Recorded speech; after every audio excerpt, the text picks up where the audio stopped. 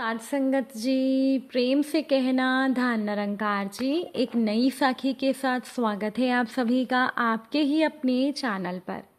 आज की साखी का विषय है परमात्मा से शिकायत क्यों करनी। चलिए सुनते हैं आज की ये साखी।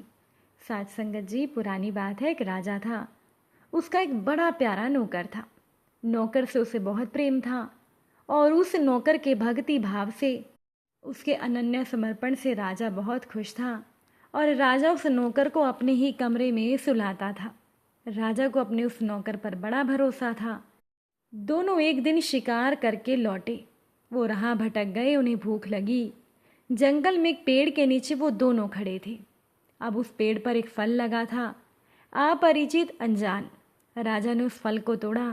अब जैसी राजा की आदत थी, चाकू निकाल कर राजा ने एक टुकड़ा काटकर अपने नौकर को दिया, जो कि वो हमेशा देता था। राजा पहले नौकर को देता था, फिर खाता था। नौकर ने खाया।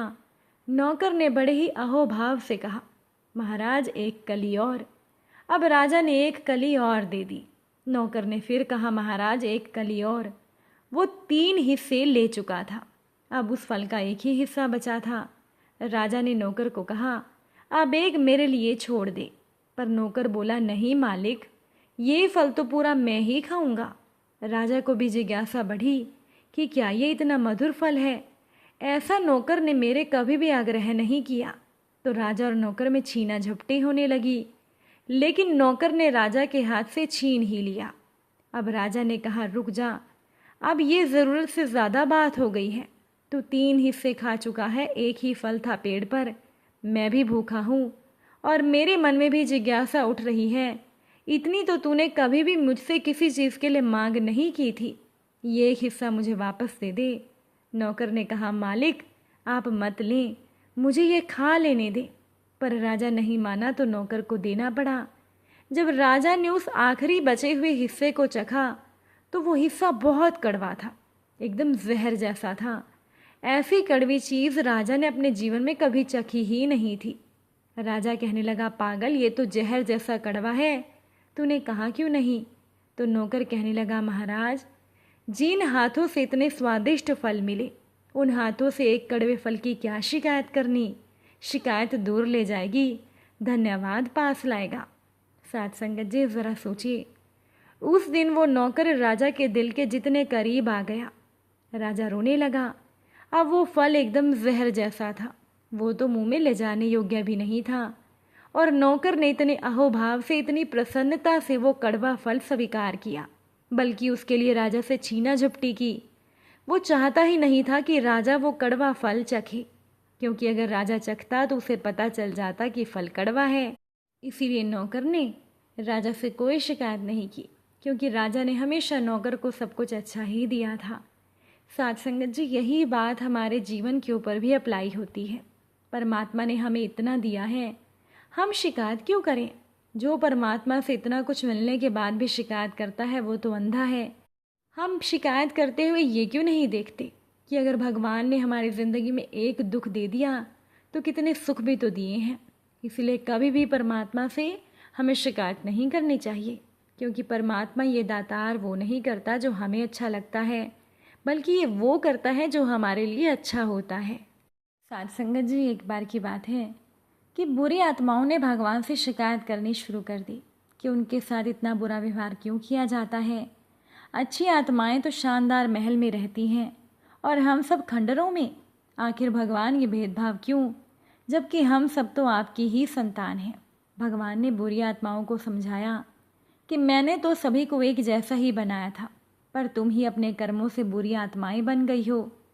पर भगवान के समझाने पर भी बुरी आत्माएं भेदभाव किए जाने की शिकायत भगवान से करती रहीं। इस पर भगवान ने थोड़ी देर सोचा और सभी अच्छी बुरी आत्माओं को बुलाया और बोले, बुरी आत्माओं के अनुरोध पर मैंने एक फैसला लिया है। आज से तुम लोगों के रहने के लिए मैंने जो भी महल या खंडहर दिए थे वो सभी नष्ट हो जाएंगे और अच्छी और बुरी आत्माएं अपने लिए 2 अलग अलग शहरों का निर्माण करेंगी। तभी एक आत्मा बोली, प्रभु लेकिन इस निर्माण के लिए हम ईंटें कहाँ से लाएंगे।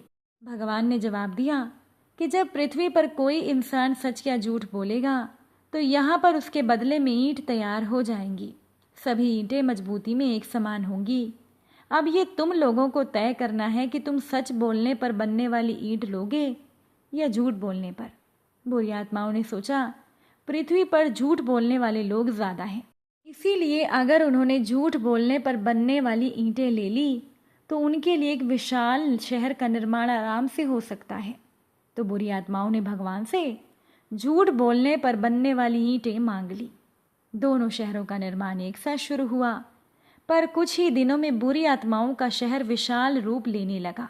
उन्हें लगातार ईंटों के ढेर मिलते जा रहे थे, जिससे कि बुरी आत्माओं ने एक शानदार महल बना लिया। वहीं पर अच्छी आत्माओं का निर्माण धीरे धीरे चल रहा था।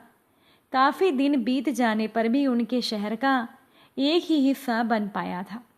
कुछ दिन और यूं ही बीते। फिर एक दिन अचानक से एक अजीब सी घटना घटी। बुरी आत्माओं के शहर से ईंटें गायब होने लगी। दीवारों से, छतों से, इमारतों की नींवों से, हर जगह से ईंटें गायब होने लगी और देखते ही देखते उनका शहर खंडहर का रूप लेने लगा। परेशान बुरी आत्माएं फिर से भगवान के पास भागी और पूछा, हे प्रभु, हमारे महल से अचानक ये ईंटें गायब क्यों होने लगी? हमारा महल शहर तो फिर से खंडहर बन गया प्रभु। भगवान मुस्कुराए और बोले, ईंटें गायब होने लगी? अच्छा, लगता है जिन लोगों ने झूठ बोला था उनका झूठ पकड़ा गया, इसीलिए उनके झूठ बोलने से बनी हुई ईंटें भी गायब हो गई। साथ संगत जी, अब यहाँ पर हमें कई ज़रूरी बातें सीखने को मिलती हैं, जो कि हम बचपन से सुनते भी आ रहे हैं, पर शायद हमने उन बातों को कभी भी गंभीरता से नहीं लिया। झूठ की उम्र छोटी होती है, आज नहीं तो कल झूठ पकड़ा ही जाता है। झूठ और बेईमानी के रास्ते पर चलकर सफलता पाना आसान लगता है, पर अंत में वो हमें असफल ही बनाता है। वहीं पर सच्चाई से चलने वाले धीरे धीरे आगे ज़रूर बढ़ते हैं, पर उनकी जो सफलता होती है वो स्थायी होती है। अतः हमें हमेशा सच्चाई की बुनियाद पर अपनी सफलता की इमारत खड़ी करनी चाहिए। झूठ और बेईमानी की बुनियाद पर तो बस खंडहर बनाए जाते हैं। अब बुरी आत्माओं को भगवान की बात अच्छे से समझ में आ गई और इसके बाद उन्होंने परमात्मा से शिकायत करनी बंद कर दी, क्योंकि उन्हें पता चल चुका था कि वो खंडहर में क्यों रहती हैं और अच्छी आत्माएं विशाल भवन में क्यों रहती हैं। अब एक बार एक किसान परमात्मा से शिकायत करने लगा कि कभी बाढ़ आ जाती है, कभी सूखा पड़ता है, कभी धूप तेज होती है, कभी ओले पड़ते हैं, हर बार कुछ ना कुछ हो जाता है और मेरी फसल खराब हो जाती है। तो किसान भगवान से बोला, देखिए प्रभु, आप भगवान हैं, लेकिन लगता है आपको खेती बाड़ी की जानकारी नहीं है। आपसे एक प्रार्थना है, एक साल मुझे मौका दो, जैसा मैं चाहूँ वैसा मौसम हो, फिर आप देखना मैं कैसे अन्न के भंडार भर दूंगा। भगवान मुस्कुराकर बोले, ठीक है, जैसा तुम कहोगे वैसा ही मौसम मैं दूंगा, मैं दखल नहीं करूँगा। किसान ने गेहूं की फसल बोई। जब धूप चाही धूप मिली, जब पानी चाहा पानी मिला। तेज धूप, ओले, बाढ़, आंधी तो उसने आने ही नहीं दी। समय के साथ किसान की फसल बढ़ी और उसकी खुशी भी बढ़ी, क्योंकि ऐसी फसल तो आज तक हुई नहीं थी। किसान ने मन ही मन सोचा, अब पता चलेगा भगवान को कि फसल कैसे बोते हैं। बेकार ही इतने साल भगवान हम किसानों को परेशान करते रहे। फसल काटने का समय आ गया। किसान बड़े घमंड से फसल काटने गया, लेकिन जैसे ही फसल काटने लगा, एकदम से छाती पर हाथ रखकर बैठ गया। गेहूं की एक भी बाली के अंदर दाना नहीं था, सारी बालियां खाली थी। बड़ा दुखी होकर भगवान से बोला, प्रभु ये क्या हुआ? भगवान ने कहा, ये तो होना ही था। तुमने पौधों को संघर्ष का मौका ही नहीं दिया, न तेज धूप में इन्हें तपने दिया, न आंधी ओलों से जूझने दिया, इन्हें किसी प्रकार की चुनौती का एहसास नहीं होने दिया। इसीलिए सब पौधे खोखले रह गए। जब आंधी आती है, बारिश आती है, ओले गिरते हैं, तब पौधा अपने बल से खड़ा रहता है। वो अपने अस्तित्व बचाने का संघर्ष करता है, और इस संघर्ष से जो बल पैदा होता है वो ही उसे शक्ति देता है, ऊर्जा देता है, उसकी जीवटता को उभारता है।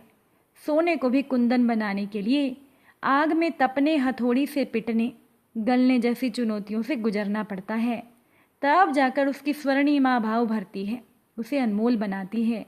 इसी तरह से अगर जिंदगी में संघर्ष न हो तो आदमी खोखला रह जाता है, उसके अंदर कोई गुण नहीं आता। चुनौतियां ही तो होती हैं जो कि आदमी रूपी तलवार को धार देती हैं, उसे प्रखर बनाती हैं। अगर प्रतिभाशाली बनना है तो चुनौतियां स्वीकार करनी ही होंगी। संघर्ष और चुनौतियों का सामना तो करना ही होगा। किसान को भगवान की बात समझ में आ गई और इसके बाद उस किसान ने कभी भी परमात्मा से शिकायत नहीं की।